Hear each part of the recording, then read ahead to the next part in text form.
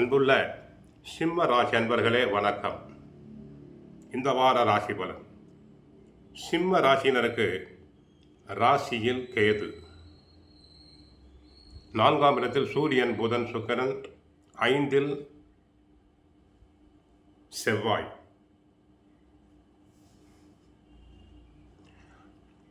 7ஆம் இடத்தில் ராகு, அஷ்டமத்தில் சனி பகவான், லாபஸ்தானத்தில் மீண்டும் குரு சாதகமாக வந்திருக்கிறார்.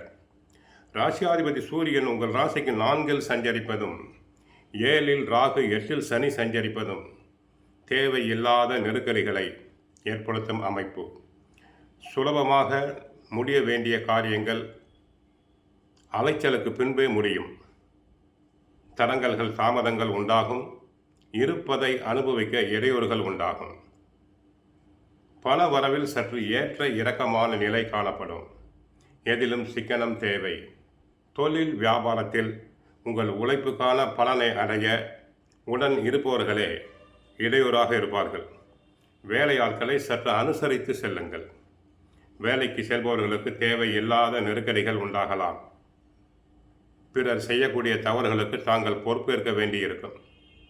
உயர் அதிகாரியிடம் வீண் வாக்குவாதங்களை தவிர்த்து விடுங்கள். உங்களுக்கு ஒதுக்கப்பட்ட பணியில் மட்டும் கவனமாக இருங்கள். மாணவர்களுக்கு கெட்ட சகவாசம் உண்டாகும் நேரம் இது. சேர்க்கை நல்லபடியாக இருத்தல் வேண்டும்.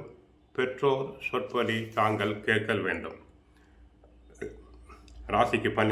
ராசிக்கு லாபஸ்தானத்தில் குரு அமர்கிறார். எப்படியோ கஷ்டமான நேரத்தில் எதிர்பாராத உதவிகள் கிடைக்கும்.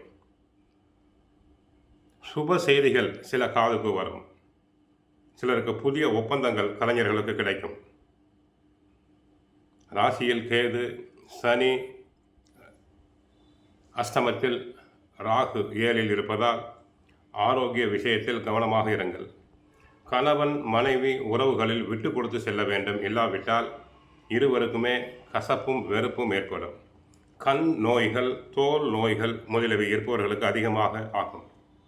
சில விஷயங்களில் தவிர்க்க முடியாத தாமதம் ஏற்படும். சுபகாரியங்களை முடிவெடுப்பதில் குழப்பங்கள் ஏற்படும்.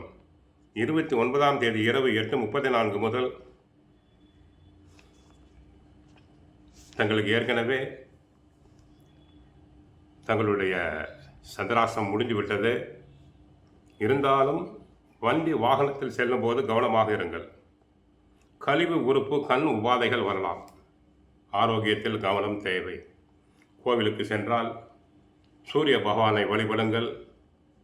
சிவபெருமானை வழிபடுங்கள். நன்மைகள் பெருகும். வாழ்க வளமுடன். மங்களம் உண்டாகட்டும்.